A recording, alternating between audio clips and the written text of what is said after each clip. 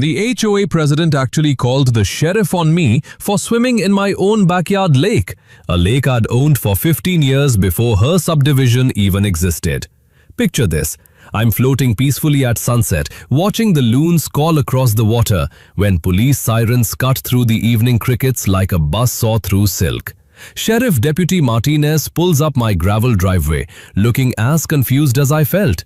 "Sir, I'm sorry, but I have to issue you a citation per HOA complaint," he says, barely keeping a straight face. Behind him, Karen Whitmore stands at my property line, arms crossed, wearing that artificial smile that never reaches her cold blue eyes. The citation? A $1,000 fine for unauthorized recreational water usage in a restricted zone. I'm standing there dripping wet, staring at this piece of paper. "Ma'am, this is my lake. I built this dock with my own hands when you were still living in California. What would you do if someone tried to control water on your own property?" Little did Karen know, I'd spent 20 years as a municipal finance director. Big mistake, Karen. Really big mistake. Let me back up and tell you how I ended up in this mess. My name is Garrett, and 3 years ago I lost my wife Sarah to cancer. We'd been married 22 years, and losing her felt like someone ripped half my soul clean out. The grief was suffocating, that feeling where you can't breathe, can't think, can't imagine tomorrow without them. So I did what any broken-hearted widower would do. I moved to the middle of nowhere. Well, not exactly nowhere. I inherited my grandfather's 4-acre property in rural North Carolina, complete with a spring-fed lake that's been in our family since 1952. Pop built the original cabin with his own hands after coming back from Korea, and that place saved his sanity, just like it was about to save mine. Picture crystal clear water fed by underground springs, surrounded by towering pines that smell like Christmas morning. Every dawn, loons call across the water while mist rises like ghosts dancing on the surface. I'd sit on Pop's dock sipping coffee from Sarah's favorite mug, the one with the chipped handle she refused to throw away, watching rainbow trout rise to catch insects. The silence was therapeutic. No traffic, no deadlines, just the whisper of wind through branches and the occasional splash of a jumping fish. Then Karen Whitmore happened, like a hurricane wearing designer shoes and demanding to speak to Mother Nature's manager. In 2019, a developer bought the old logging road that bordered my north fence. Before I knew it, bulldozers were scraping away 100-year-old oak trees, and chainsaws replaced my peaceful mornings. Within 2 years, 47 Mac mansions sprouted like mushrooms after rain. They called it Lakeside Luxury Estates, which was hilarious since their only lake view was of my property. Nothing says luxury like paying $800,000 to stare at someone else's water through your kitchen window. Karen moved in from California driving a white BMW with personalized plates reading Real TR1 and an ego the size of Texas. She was everything you'd expect. Blonde highlights that cost more than my grocery bill, a designer purse worth more than my truck, and that artificial smile that screams, "I've never met a homeowner's fee I didn't want to double." Within 6 months, she'd maneuvered herself into HOA president and launched her campaign to civilize us poor country folk. It started with passive-aggressive neighborly visits. She'd click across my gravel driveway in stilettos, and let me tell you, stilettos on gravel sounds like a tap dancer having a seizure. Bringing store-bought cookies while commenting on how my rustic cabin had such character. When I politely declined her offer to buy my land for 60 cents on the dollar, that manicured mask slipped just enough to show the calculating real estate shark underneath. The harassment started small. Complaints about my dock. I showed permits from 2008, older than half her subdivision. Then she claimed my trout were contaminating the watershed. The environmental inspector actually laughed and said my lake was cleaner than most municipal water supplies. But Karen had done her homework. She discovered a forgotten 1920s ordinance about recreational water usage permits, the kind of bureaucratic fossil that survives in dusty law books like a legal parasite. She convinced the county commissioners, who happened to be her former real estate clients, to amend it retroactively. Suddenly, any lake activity within 500 feet of residential developments required HOA approval. My lake, which had existed for 70 years before her subdivision was even a fever dream, was now subject to Karen's authority. That's when she called the cops on a grieving widower just trying to heal in his own backyard. Bad move, Karen. Really bad move. 2 weeks after the swimming citation, Karen showed up with reinforcements. I was sitting on my porch enjoying my morning coffee when I heard multiple vehicles crunching up my gravel driveway. Karen stepped out of her BMW with a guy in an ill-fitting county inspector uniform. His name tag read Randy Morrison, and he carried a clipboard like it was Excalibur. "We've received an anonymous complaint about your commercial fishing operation," Karen announced with fake sweetness.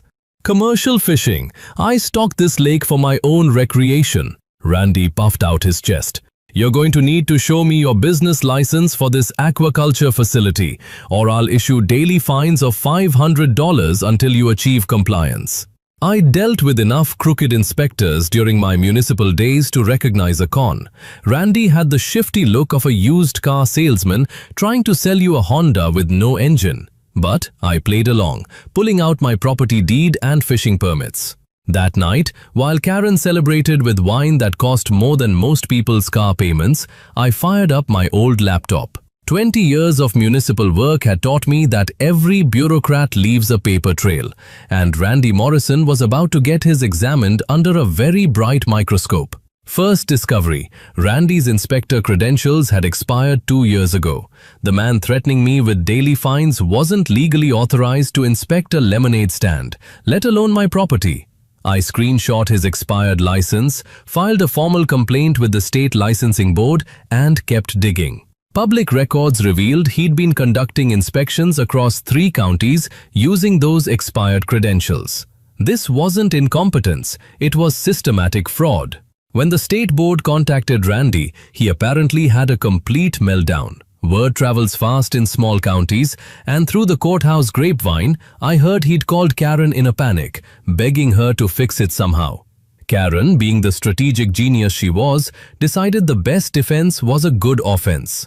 3 days later, an official-looking bill appeared in my mailbox. The HOA was now charging me a liability insurance surcharge of $500 per month for dangerous water activities, backdated to January. It was now July, so I supposedly owed $3,000. I had to admire the audacity. Karen was basically charging me rent to swim in a lake my grandfather dug with a borrowed bulldozer in 1952. While Randy faced a $10,000 fine and possible criminal charges, I researched property law precedents. I filed a preliminary injunction to stop Karen's shakedown and had a surveyor confirm my property boundaries. The results were like Christmas morning and winning the lottery rolled into one.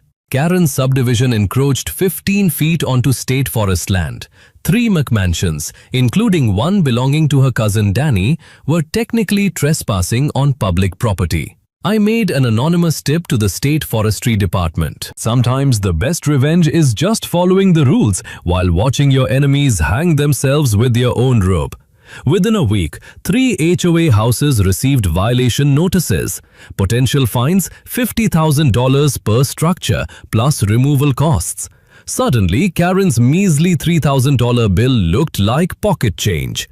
Karen apparently learned nothing from the Randy debacle because she called Channel 7 News next. Reporter Megan Torres arrived with a cameraman who looked like he'd rather be covering literally anything else. Behind them, Karen emerged wearing her concerned citizen costume, conservative blazer, minimal makeup, manufactured tears about the tragic plight of endangered property values. "Mr. Henderson, we're here about concerns that your lake activities are threatening the community's water supply. Here's the thing about spending 20 years in municipal meetings. You learn to stay calm when people are trying to make you look bad on camera.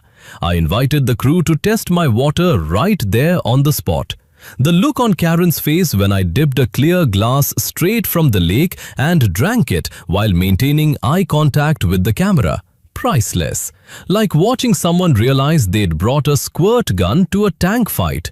I handed Megan a folder thick as a phone book, environmental inspection reports showing pristine water quality, historical property deeds proving water rights dating back to 1892, current county permits, and photographs documenting Karen's subdivision's encroachment on state land.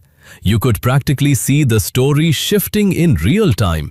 Megan's questions became sharper, more focused on why Karen would make claims that didn't match the documentation. Karen started sweating in the October breeze. "Mrs. Whitmore, do you have any evidence supporting your claims about water contamination?" Karen's response was a masterclass in verbal gymnastics, stammering about potential risks and community concerns while her eyes started twitching. That's when I mentioned Karen's track record in her previous communities. She went pale under her foundation. She knew I'd done my homework. The follow-up broadcast aired the next Thursday. Karen contradicted herself multiple times, got defensive at simple questions, and accidentally admitted she'd never actually tested the subdivision's own well water she claimed to be protecting. Meanwhile, I sat there with binders full of evidence like some kind of bureaucratic superhero. Community response was overwhelming. My voicemail filled with neighbors thanking me for standing up to Karen's bullying. Many said they'd been afraid to speak out, worried about HOA retaliation. But Karen wasn't done. She filed a complaint claiming my cabin's septic system was leaking into the lake. The health inspector, a professional named Marcus, arrived with proper credentials and legitimate authority. I welcomed him with complete transparency. When Marcus discovered my cabin used a state-of-the-art composting toilet system with zero sewage entering the lake, his reaction was not what Karen had expected. "This is actually an eco-friendly showcase," he said, photographing the system. "Mind if I get your contractor's information?" Karen's complaint was officially dismissed as frivolous and malicious, language that would prove very useful in future legal proceedings. Next came the cease and desist from Rutherford and Associates, Charlotte's most expensive legal firm. Their creative interpretation of municipal law argued that my swimming created excessive splashing sounds that disrupted the peaceful enjoyment of neighboring properties. They wanted $5,000 in mediation fees to avoid a full lawsuit. Karen was literally trying to fine me for making splash sounds in my own lake. She also organized a surveillance campaign. HOA members drove past my property at 5 miles per hour, photographing everything. Anonymous notes appeared on my windshield. The county suddenly became very interested in my property. Building inspector Monday, fire marshal Tuesday, tax assessor Wednesday, each visit triggered by anonymous complaints. During my municipal days, I'd seen this tactic before: death by 1,000 paper cuts. The goal wasn't to find actual violations, it was to exhaust me with constant harassment until I gave up and moved away. But Karen had made a critical error. She'd picked a fight with someone who knew how to research public records and follow money trails. That weekend, I spent 2 days in the county records office, a place that smells like old paper and broken dreams. What I found was better than Christmas morning. Karen's subdivision had been built using an emergency wetlands permit requiring a 25-foot buffer zone from all natural water sources. 3 houses, including Karen's own McMansion, had been built within that buffer zone. Fines: $10,000 per day with possible demolition orders. But the real bombshell came when I requested the HOA's financial statements under North Carolina's public records law. What I found made Randy's fake inspector credentials look like a parking ticket. Karen had been treating the HOA treasury like her personal piggy bank. No competitive bidding for maintenance contracts despite state law requiring it for expenditures over $10,000. Her husband Rick's landscaping company held an exclusive $45,000 annual contract. Pool maintenance went to her cousin Danny for $28,000 a year. Legal fees included payments to her personal attorney for matters completely unrelated to HOA business. Karen had left a paper trail wider than Interstate 85. I hired Patricia, an attorney who specialized in HOA disputes and had a reputation for eating corrupt board members for breakfast. Patricia reviewed my documentation and smiled, the kind of smile that makes opposing lawyers very nervous. "Garrett," she said, spreading the evidence across her conference table. "Karen's about to learn why you don't bring a knife to a gunfight." Meanwhile, Karen filed for a temporary restraining order, claiming I was stalking HOA members and had threatened violence. The court hearing was pure theater. Karen arrived with 3 HOA members in their Sunday best, practicing their concerned citizen expressions.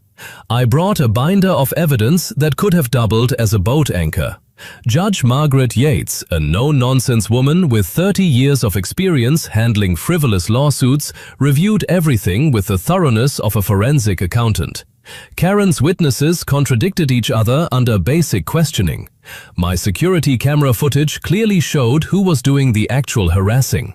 When Karen's attorney tried to present evidence of my threatening behavior, Patricia produced audio recordings of every interaction.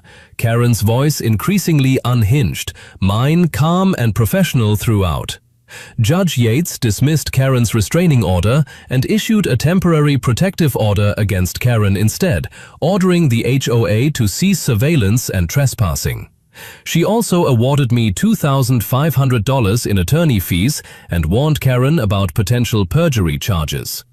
Karen's meltdown in the courthouse parking lot made local news. She screamed about the corrupt system loud enough to wake the dead in 3 counties. The newspaper reporter who witnessed it wrote a front-page story titled "HOA President's Courtroom Tantrum." That's when Patricia found the clause that would change everything. Hidden in the original HOA charter was a provision that any property owner within 1,000 feet of the subdivision could petition to join as a voting member.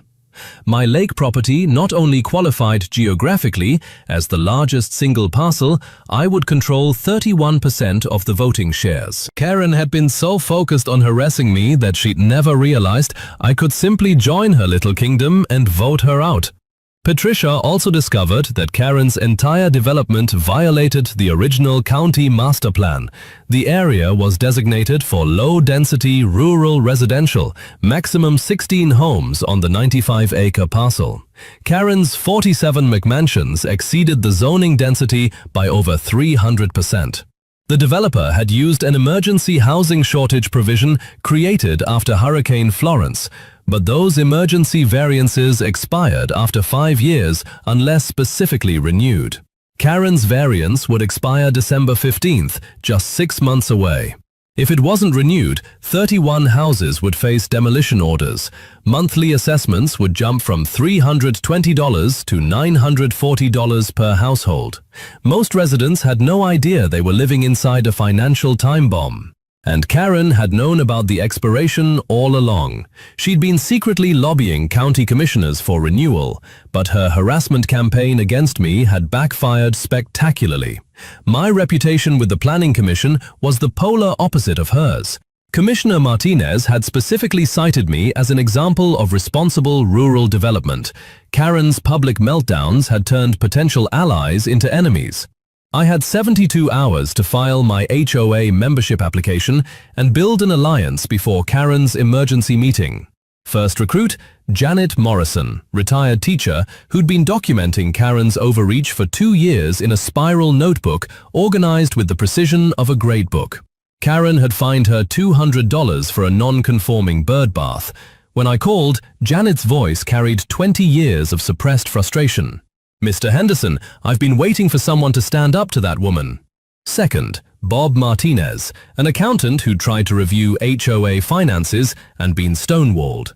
He'd already found $43,000 in unexplained expenses.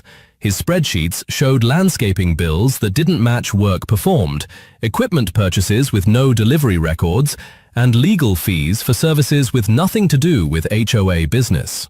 Third, Lisa Park, a civil engineer who'd originally designed the subdivision's drainage system before Karen modified the plans without permits.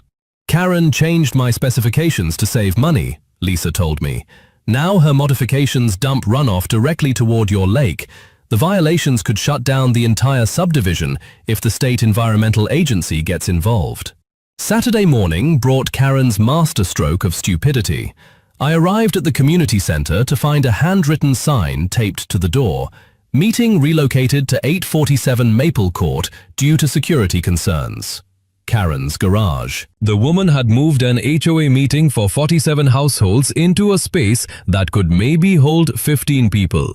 The smell of motor oil and desperation hung in the air like a toxic cloud. Patricia immediately cited HOA bylaws requiring adequate meeting space. When residents started arriving and found themselves standing in Karen's driveway in October weather, unable to hear anything, the grumbling began fast. Nothing exposes petty tyranny quite like forcing your neighbors outside because you're afraid of democracy. "You don't even live here," Karen shrieked when I produced my membership application. The look on her face when Patricia explained my legal right to join under the original charter, priceless, like watching someone realize they'd stepped on a landmine.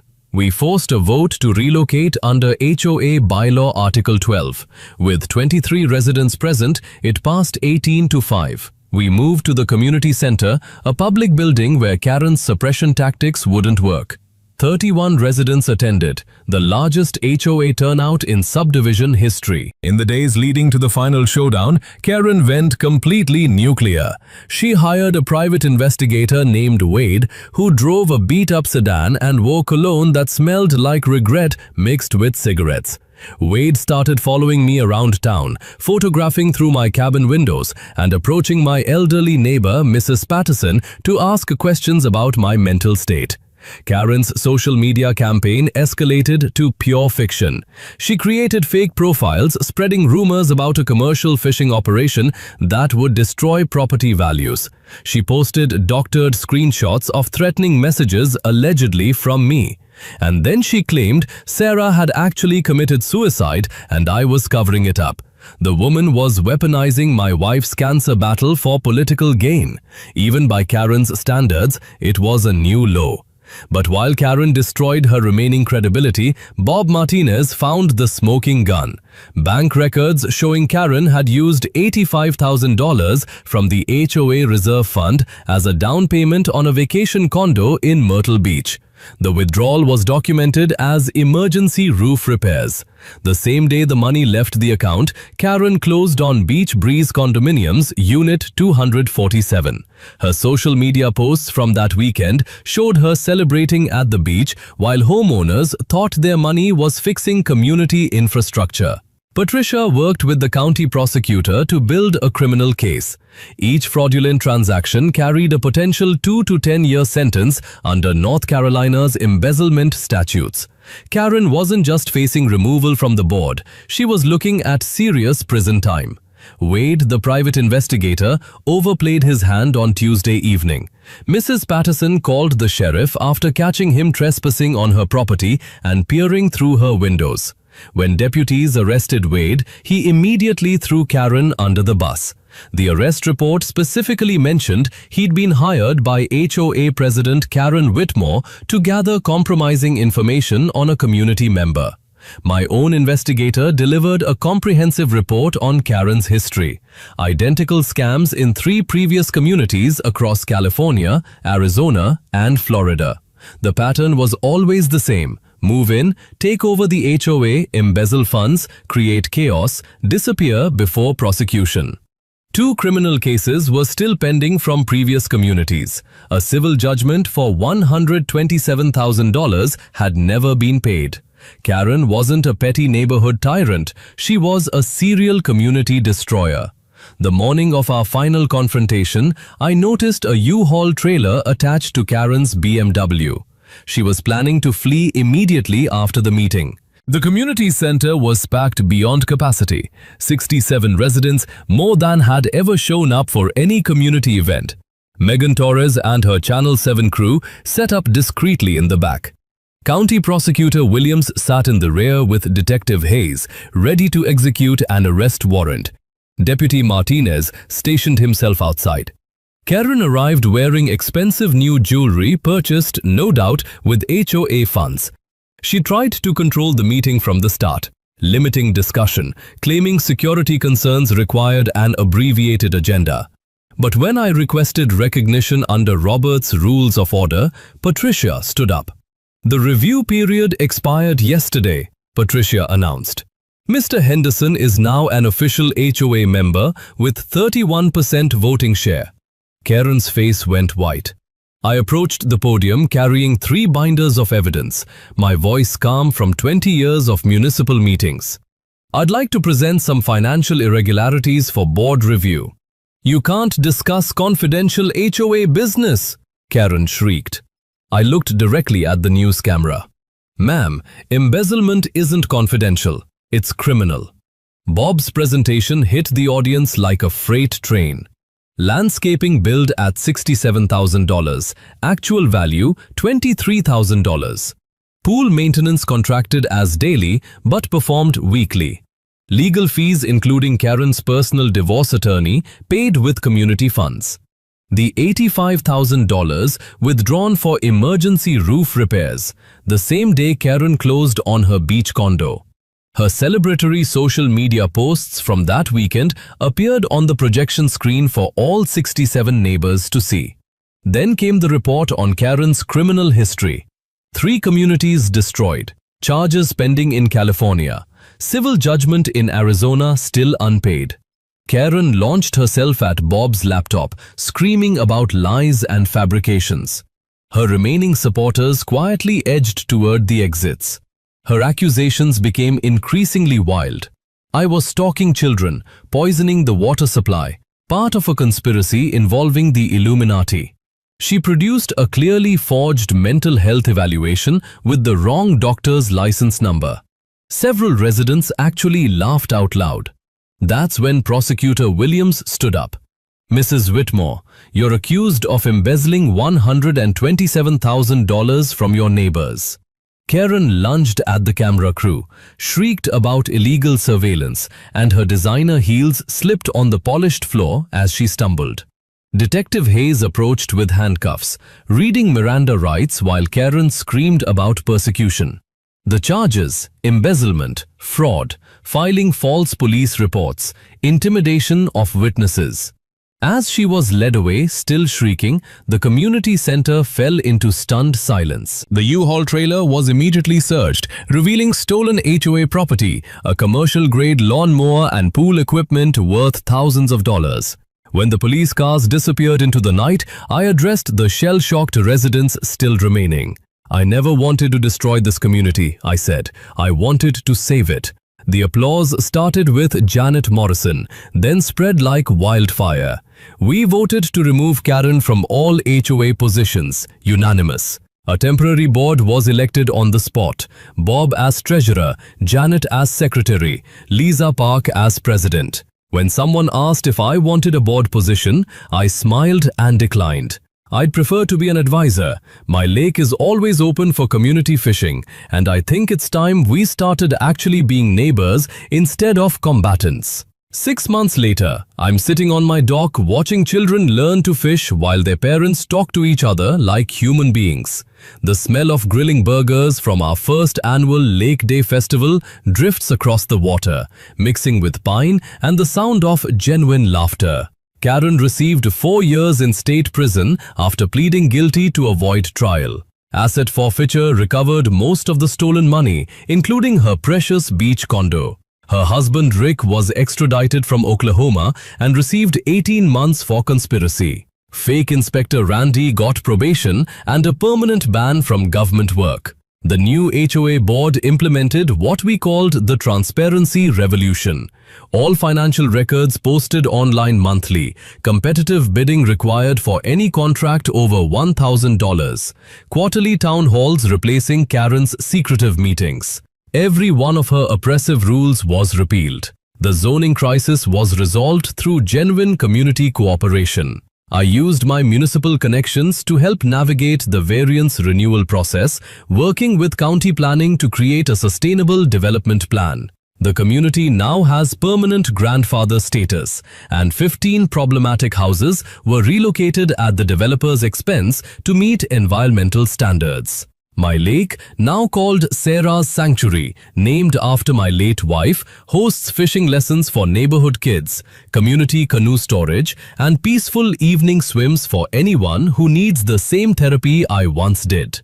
The dock pop, built in 1952, has been expanded to accommodate the whole neighborhood, and the sound of children playing in the water would have made Sarah smile. The ripple effect spread further than I expected. Megan Torres's investigative series won a regional Emmy. The story went viral under the headline, "How One Man Saved His Community from HOA Tyrant." I testified before the state legislature about HOA accountability reform, helping draft what became known as Karen's Law, requiring annual independent audits and transparent financial reporting for all homeowner associations in North Carolina. Monthly assessments dropped to $180, lower than when Karen first took power. Property values increased 12% after her removal. Good governance and community spirit, it turns out, are better for real estate prices than authoritarian rule and constant litigation. Last week, I received a call from a homeowner in Tennessee. Another HOA corruption story. A veteran whose disability modifications were being blocked by a power-hungry board president. "Sir, I heard about what you did in North Carolina," the voice said, trembling with frustration and hope. "My HOA is trying to fine me for installing wheelchair ramps." I looked out at my lake, where Janet Morrison was teaching her granddaughter to cast a fishing line, while Bob Martinez grilled burgers for the monthly community cookout. "Tell me everything," I said, reaching for my notebook. "Let's see what we can do." Because here's what I learned from all of this. Petty tyrants only win when good people stay silent. But when neighbors band together with proper documentation, legal knowledge, and the courage to fight back, justice isn't just possible, it's inevitable. The best revenge against corrupt authority isn't more corruption. It's building something better together. Now, if you'll excuse me, I have some trout to feed and a community to enjoy.